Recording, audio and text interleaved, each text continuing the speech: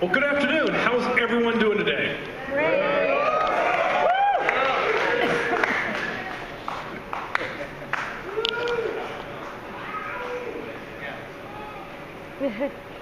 All right, good afternoon. How is everyone doing today? Okay, that's much better. All right. I was a little concerned there. It didn't seem like there was enough enthusiasm. I want to make sure there's a lot of enthusiasm. The reason why is because we've got 2 awesome games, 2 awesome teams, and they've got a lot of stuff to show. And if you're not enthusiastically excited about this stuff, they don't know what to do. They're trained to go off enthusiasm, so you have to be enthusiastic all the time, okay? So we'll try it one more time. Are you ready to see what's going to happen today? Yeah! Okay, I'll take your word for it. So welcome, my name is Liam Hislop. I'm the producer of Final Project. So as I said, we have 2 awesome games, 2 awesome teams, and they are ready to show everything they've got to you. But before we start, a couple of the little housekeeping things I just want to bring to your attention. If you have a cell phone or any kind of noise-making device, you can turn that to a low volume or off. That would be much appreciated. If you have video or flash photography, we encourage that. If you have flash photography, the brighter the better. So if you have settings for like the flash, make it the brightest setting as possible. All right? We want everyone to see stars up here. I didn't tell you about that, did I? Okay, well, now you know. Also, we have 2 microphones positioned here and over here. So during our question and answer session, if you want to use those microphones to ask questions, they have been trained to answer questions. They're pretty good at it. So that'll be after the game presentation. And I think that's pretty much everything, other than EP and AD, external producer and art director.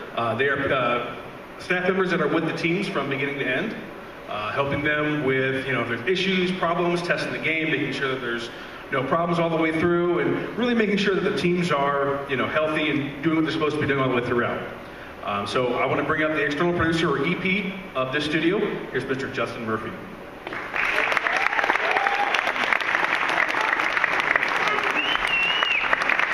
Hi. So this first team, they started out pretty strong. They had a really cool idea, and then they hit production. They really struggled at production at first. But then this last month of production, they really turned themselves around, and it turned out to be a really great game. Without further ado, here they are.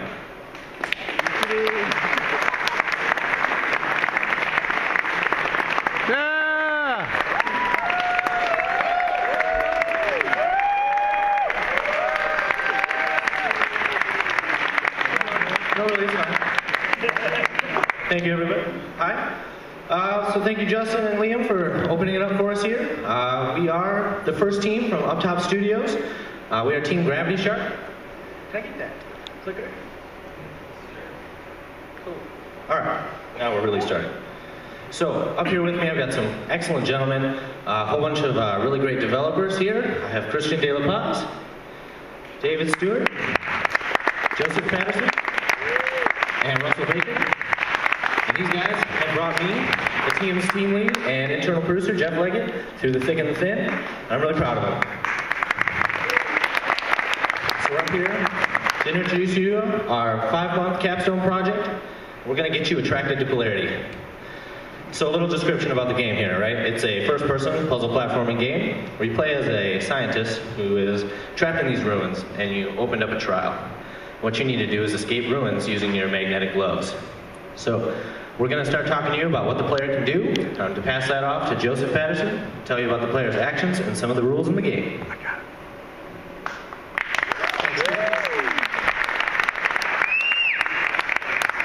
All right, so the player is going to be able to do 3 main things in this game. The first of which is jumping. Jumping is going to be your main mechanic for getting through the game. You've got to navigate the level, and you've got to avoid getting hurt using your jump. You can also polarize these blocks. What polarizing is basically the player shoots at a block and can give it a charge of either positive or negative, or red or blue. And you can also recharge blocks, which is the same thing as polarizing, except instead of shooting at the block, it does it to whichever block the player is standing on. Now the way these polarities, or the colors, the red and blue polarities work, is a lot like magnets. 2 blocks with the same polarity will move away from each other, and 2 blocks with similar, or yes, 2 with the same will move away from each other, and 2 with different ones will move towards each other. Now there's also a hexagon timer on each of the blocks. When you polarize the block, it's going to turn the color, and that little hexagon will light up, and it'll slowly start ticking down. When it hits 0, what it's going to do is it's going to turn white, and it's going to go back to its position. So you may have to repolarize things. Here are the controls. You use WASD to move on the keyboard. You also use Q and E to recharge, and the left and right mouse buttons to polarize. And you can hit Tab to activate a hint trail, which will show you where to go if you get lost, and you can press space to jump. On the controller, the controls are A to jump, Y to activate the hint trail. The joysticks are for movement and camera control, and you use the triggers and buttons to do the recharging and polarizing. Now I'm going to pass it off to Christian to talk about the game objects. Thank you very much, Joey. So our game is a puzzle game. So I'm here to introduce basically the basic puzzle elements, the little building blocks that make this all possible.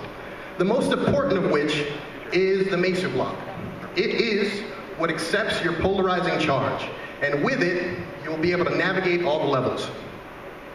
What's special about the Mesa block is if you see up here, there's a little white rail coming out of it, and that basically indicates when a block is charged, it's only going to move in that direction. And that sort of helps you guide you in the direction that you need to polarize these in. Next, we have the wall plate. The wall plate is very similar to the Mesa block, except that it's stationary and it comes pre-charged. You can't affect it in any way, and you have to use it in conjunction with Mesa blocks to help navigate the levels as well. Next is the handy pressure plate, or as I like to call it, the switch. And the switch is basically there when a Mesa block hits it, it activates a door. And every switch and door are paired together, linked by a wire trail that lights up when the switch is pressed. So you always know which way you're supposed to go to open the particular door. Next, we have our first real obstacle. The Atom is a stationary defense turret, and it comes in 2 varieties. Ones that fire consistently in one direction, and others that sort of rotate and seek you. When they find you, the little eyes turn red, and they fire 3 shots at you. Avoid them, because the shots can prove fatal. Next is the fence. Now, if I had to boil down the fence, I would say that the fence is essentially a transparent wall. None of your shots can pass through it, and you as the player can't pass through it either. Some of them rotate in place, and if you're not careful, they can knock you off platforms and into the deadly plasma that usually awaits below. Now, with technology highlights, I'd like to pass it off to Dave Stewart. Thank you very much, Chris. All right, so I'm going to be talking to you guys a little bit about the technology we developed over the course of the project. 2 systems in particular that I'm going to be speaking to you guys about today are our Maya level editor and the infinite grid systems. Now, the Maya level editor is actually comprised of 3 separate components. The first component of which is Maya. It's a tool used to create 3D models, texture those models, rig, and then animate those models. The second component is a plugin for Maya that we develop ourselves. It's an exporter which allows us to export out the data into a single file. We can then take that file and we can load it straight into the game engine, the third and final component. So I'm going to break it down for you guys a little bit more. What I have here is, I accidentally went. Sorry, I apologize. So what I have here is I actually have a level with all the blocks placed, and all of these blocks have attributes, and these attributes are things like the speed of the block, the direction of the rail for a Misu block. All these different objects actually have names, and we can place all these objects into a level and then export this entire level all at once and load it straight into the game just like that. So I have a Misu block here. with some of the dynamic attributes on the right-hand side. You can see the collision data, the timer. The timer is actually the rate at which when you shoot that block, it loses polarity. So we have all these different variables that get plugged in to the game. It's actual entire level editing system. We can end up having all these different platforms, all different shapes and sizes. And then once we have them all placed into the level, like I said, we export it all just like that. And this tool really allowed the team to actually create levels on the fly. So anytime that we need to add in our assets, we could just add those in, or any small adjustments to the level we could just make real quick. I know there's a lot of times that the team actually needed to make a little tiny test level. You know, they're like, oh man, we got all this stuff going on in the level. We need just one little tiny level that has just one little component that we can test. So we used it for all those different things. It was a great help for the team. And that is the Maya level editing tool. The second system I'm going to talk to you guys about is the infinite grid system. It's a little bit more abstract. What the infinite grid system is used for is to cut down on the number of collision checks that you do in a game, because doing collision checks actually takes a huge hit on the CPU, decreases performance. So in order to speed up our game, what we did was we took our level and we separated it into these little quadrants. Looks like a tic-tac-toe style grid, and we have all our little objects inside these little tiny blocks, as you guys can see. And each of these blocks, we like to refer to them as buckets. And inside these buckets, we do the collision on only the objects that reside inside that bucket. What this does is it allows us to have the objects only doing collision on object like inside this bucket will only be doing collision on objects inside this bucket, instead of doing collision on the entire map, which is, like I said before, a huge waste. This allowed us to have much larger levels and have all the moving components and everything that we have the game run as smoothly and well as it does. And now I'm going to pass it off to Jeff to wrap things up with the postmortem.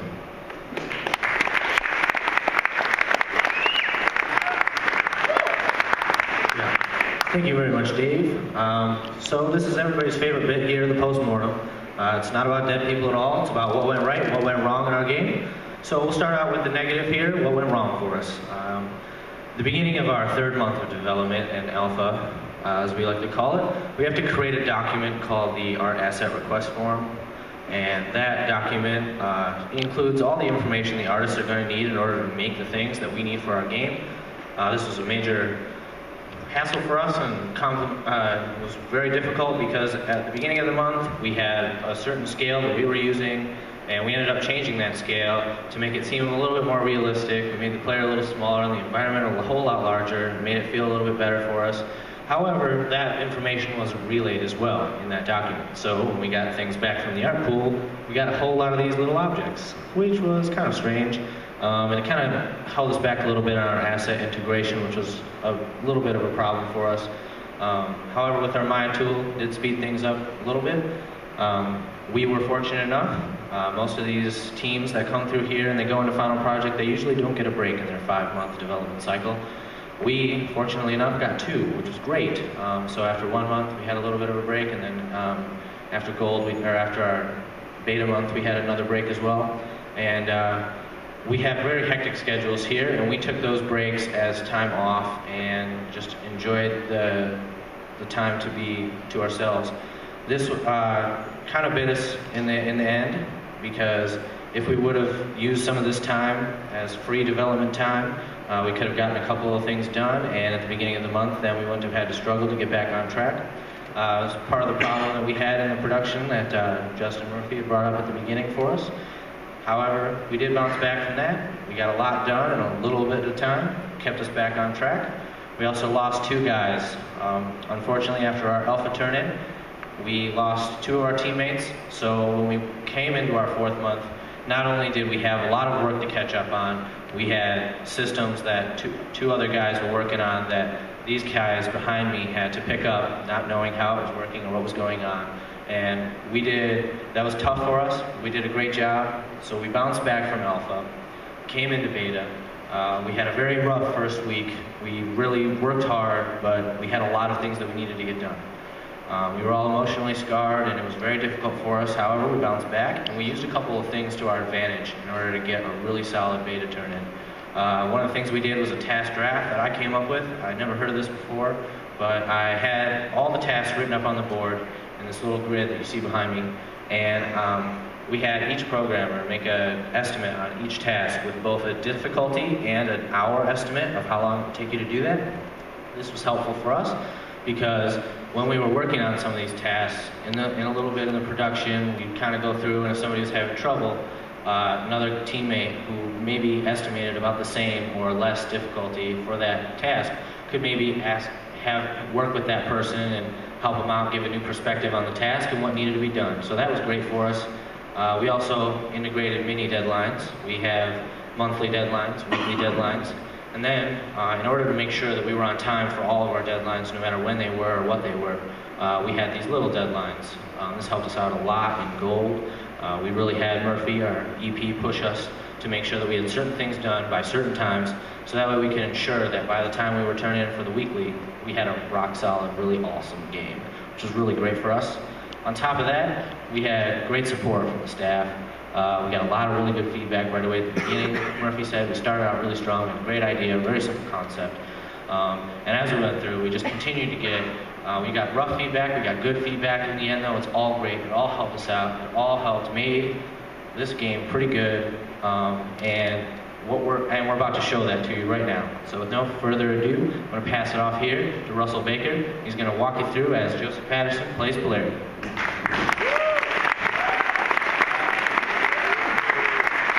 Thank you, Jeff. You guys ready to see Polarity? Yeah! Whoa. I know Liam told you guys we run off enthusiasm. I need to hear that again. Are you guys ready to see Polarity? Yeah! All right, we are Team Gravity, Sean. You just watched us talk for like 10 minutes.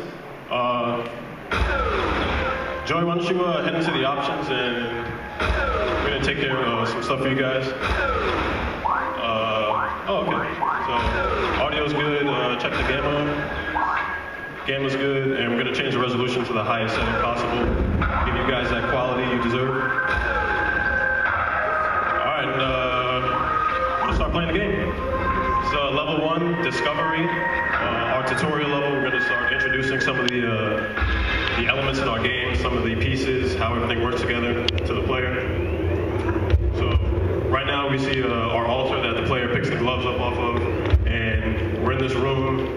Joey's looking around, he sees that there are these ascended platforms he can use to raise and get up to the next section. So Joey's going to use those to make his way on up. Alright, this being our tutorial level, we're explaining things and the pieces. This is our catapult. We just have these prompts over them, basically tell you what they do, what you need to know about them. If you fall down anywhere that you need to get back up, catapult will launch you up there. We have another prompt coming up here. This is our checkpoint. You've never seen this before. If you die, you can go back to your checkpoint. Very revolutionary. You know it's active when it turns green. Right here we have our plasma pits. You really don't want to step in them. They'll kill you near instantly. So you got to use that also revolutionary jump feature that we talked about to get over that. And right now we're going to get into the main core mechanic of our game that we talked about, the polarizing, the attraction, the repulsion. Right now we have a section with our block. It is able to interact with the wall plate across there. So we're obviously going to need to ride it over there. And if he were to stay there, the charge wouldn't have lasted that long. So we're going to teach the player how to use the recharge mechanic right here, so he can extend that charge and get across the gap.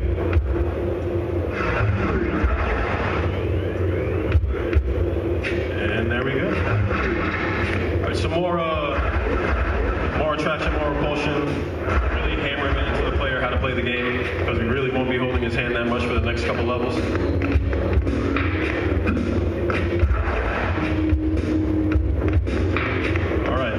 This section, Joey's going to turn the corner. He's going to have to do a little bit of attracting, repulsing, and then some more attracting again. By this point, the player should really have it in his head how the game works with the whole mechanics that we set up. Alright, now this is a piston. It is both helpful and harmful. You can use it as a stepping stone. It is collidable with the player. You can use it for platforming, but it can also push you off of things, so you really want to time your movement, how you handle that.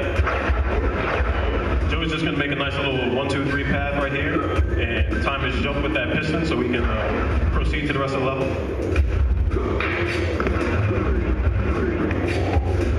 This is our reflector. Sometimes you need to shoot places that you can't access because there's a fence or whatever in your way. So reflectors will redirect shots, and they are tinted the color that you need to shoot it. This is a switch that Chris mentioned earlier. When it's held down by a mason block, it will keep the door open, but only as long as the switch is held down. And this is a fence that Chris mentioned earlier. It'll block your movement. So in this section, Joey's going to have to shoot the reflector the proper color, and it seems like a pretty easy way to get to the end, but if he jerks around too much and plays around with that fence, the door will actually close on him, and he'd have to go back, but Joey's a little too good for that. So, this is our score screen. To show you the time and all your shots, your accuracy, all that good stuff. How we base our grades off of is we actually had Joey play through the level, all the levels, at his fastest, and then based on how fast you did compared to his time, you'll get a grade according to that. So if you're as good as Joey, you'll get the elusive double S rank, but if you're not so fortunate, you get the good old D. Alright, so this is our second level prognosis. Joey's going to play around more with that repulsion, make a nice little platform to get through this corner.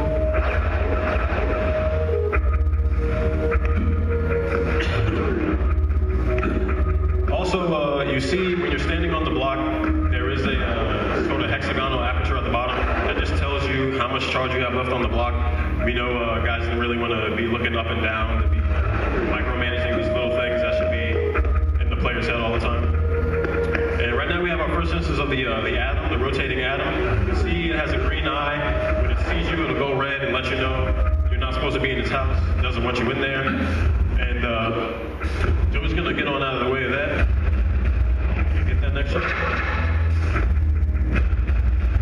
The fence is blocking the shot, as we mentioned before. It'll block both player shots and your shots, enemy shots. Alright, so Joey's going to make his way around this corner, trying not to get pushed off by the fence, hit the checkpoint, and jump on the catapult. It's a nice 4-piece combo. Alright, Joey sees there is an atom down in the hallway. This is our first stationary atom. Right now, they don't pose much threat, but depending on their position, they can really get at you. He's going to dodge that piston. I said earlier, it can be harmful to you. If Joey were to stand there, he'd be crushed immediately, and that'd take quite some time.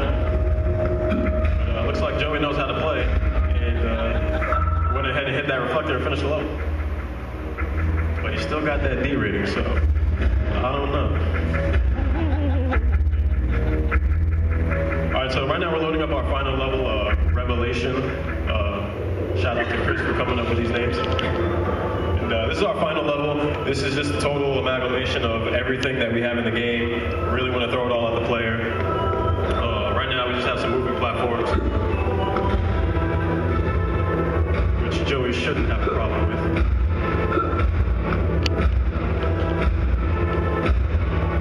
You can hear that atom around the corner. It is not playing nice. It already wants to kill him. Joey's just going to make his way up to this checkpoint. And just scope out the scene real quick, see what he's dealing with. Sees this trail of reflectors. We can chain reflectors as many times as we want. In this part, we have it 3 times. It'll bring the block towards Joey so he can use it as a platform. And this section right here, this is our favorite section of the game. This is the chicken section, we like to call it. Joey's basically going to have to use his recharge to stay out of the way of the atoms by going back and forth. Like I said earlier, the stationary atoms alone, they don't really do much, but in a position like this, they can really get you.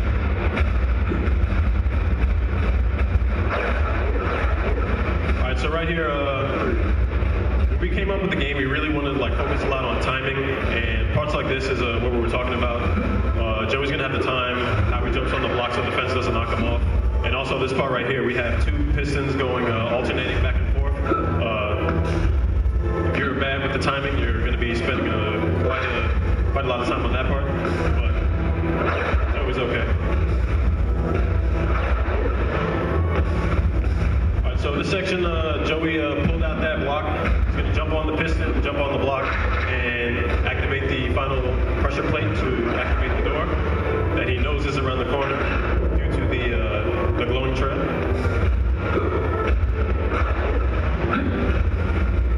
All right, Joey's going to round this last corner of freedom, and he's going to get on out of here.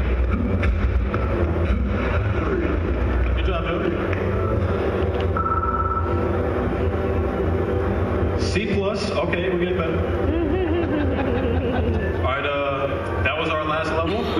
Right now we're going to head on to the credits, and I'm going to pass it off to Jeff. He's going to start the QA section.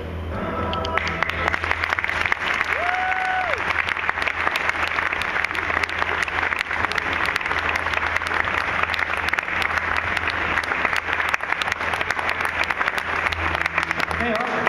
So, we'd be more than happy to take any questions right now and answer them to the best of our ability. Like Liam said before, there are 2 mics on each side in the hallways there. So we'll do our best to try and see you out there. There we go, we got some lights, cool. Don't be shy, please feel free to step up to those mics. I promise we've answered these questions before. Awesome, thank you. That's doing great. I'll just repeat the question if you ask it. So the question here was, where did we come up with the idea for this type of game? Honestly, one of the guys that we had lost in our Alpha Month, he came up with the idea, and that's Dan Kahn, if you're out there in the audience. Great, thank you. Dan Kahn came up to us and said, hey, I just want to throw out an idea. And we had a lot of other ideas out on the board. It took us a little while to get to this point, and he was like, it's probably not a good idea, it's just something small, but I just want to throw one mechanic out there. How about we play with magnets? And I was like, yeah, magnets, this is cool. And so we just kept developing it, and we were really working out how we could really manipulate an environment with magnetism. And we just started with one really solid, easy, simple mechanic. Magnets, repel, attract. And we just worked it out from there. It was a good team effort. Yeah, thank you. Okay, so we got another question over here. So the question here is about our dust particles that we had floating around in the air. As you can see, this was quite the ancient ruin, and we did have some dust here. I'd like to pass this off to our particle guru. This is David Stewart, please. Hey, what's up, man? So the question is, how did we do the particles in the little air, the little kind of dust particles? There's actually 5,000 of those, but they're just one little tiny white speck. So it's just a little tiny white speck, so it doesn't use very much information or anything to render those, and then we can just instance 5,000 of them in their different little spots. So they're just point sprites. That's all they are. Does that answer your question? All right, nice. Yeah. All right, I'm gonna hand off back to Jeff. Great question, man. Thanks. We got another one. Do you guys have any feature you had early on that you really liked, but you ended up either getting rid of or having pulled into something else? Well, so the question here was, did we have any features that we really wanted early on that we ended up cutting and getting rid of? Well, yeah, do you want to? Yeah, I'm going to pass this to Russ. I think he's got a little something. Yeah, as with all games, there's always like a bunch of stuff you want to do in the beginning that you can't quite finish towards the end.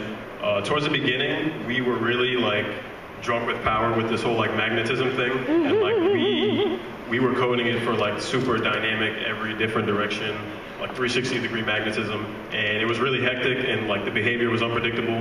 So we cut that down to what we have now with locking it based on like only the X, Y, Z axis. But yeah, we were going for that whole crazy real-life magnetism thing, which is well beyond the scale of a 5-month project.